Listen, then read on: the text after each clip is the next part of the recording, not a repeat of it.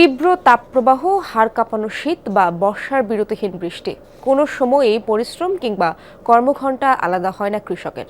বৈরী আবহাওয়ার সাথে লড়াই করেই তারা ফসল ফলান। কিন্তু সেই ফলন হাটে বিক্রি করতে গেলেই ন্যায্য মূল্য, সময় আর পরিশ্রমের হিসাব মিলাতে হিমশিম খেতে হয়। আবহাওয়ার অজুহাতে এক এক দিন ফসলের এক এক দাম পান তারা, অথচ একই ফসল কৃষক থেকে ভোক্তার হাত পর্যন্ত যেতে ৪-৫ ধাপে লাভবান হয় মধ্যস্বত্বভোগীরা। বিস্তারিত মেহেরুল সুজনের প্রতিবেদনে। কেসারেন শেকড় থেকে শিখরে। প্রায় ৩ যুগ ধরে সবজি চাষের সঙ্গে যুক্ত শিবগঞ্জ শব্দলদিঘি এলাকার মোহাম্মদ আলমগীর।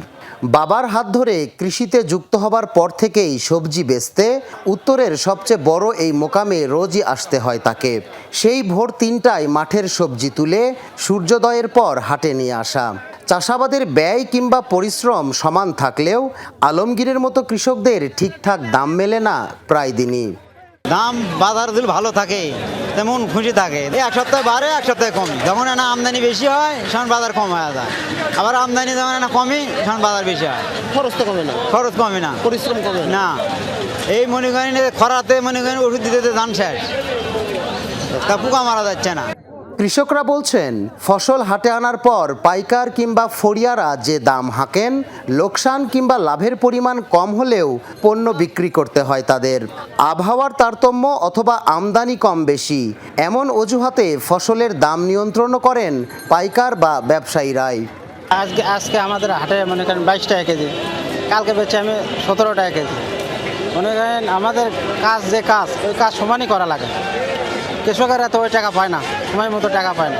এই যে কষ্ট করতেছেন আপনি, কিন্তু দাম তো একদিন এক একটা পাচ্ছেন, তাহলে কি করবেন? এখন বাজারে নিতে বাধ্য কত লাগছে, কিন্তু আপনার পরিশ্রমের দামটা তো আপনি পাচ্ছেন না। পাচ্ছেন না, এখন কি করবেন? কৃষক এখন আমাদের তো করে খেতে হবে। ব্যবসায়ীরা বলছেন, কৃষক থেকে ভোক্তা পর্যন্ত পৌঁছাতে অন্তত ৪-৫ হাত বদল হয়। এই বদলা বদলির চক্করে সবজির দাম বাড়লেও কানাকড়িও যায় না কৃষকের কাছে। কৃষক পর্যায়ে বলতেছে পাইকারেরা যে শহরে রোদের কারণে, গরমের কারণে মানে আমাদের এই সবজিগুলো নেওয়ার মতো লোকই নাই। এ শুধু সুযোগ নিচ্ছে শুধুমাত্র ওই ব্যবসায়ী, অসাধু ব্যবসায়ী এই সুযোগগুলো নিচ্ছে। গ্রাহককে বলতেছে যে এখন মালের সংকট, দাম বেশি, আপনারা বাজারে মাল নাই।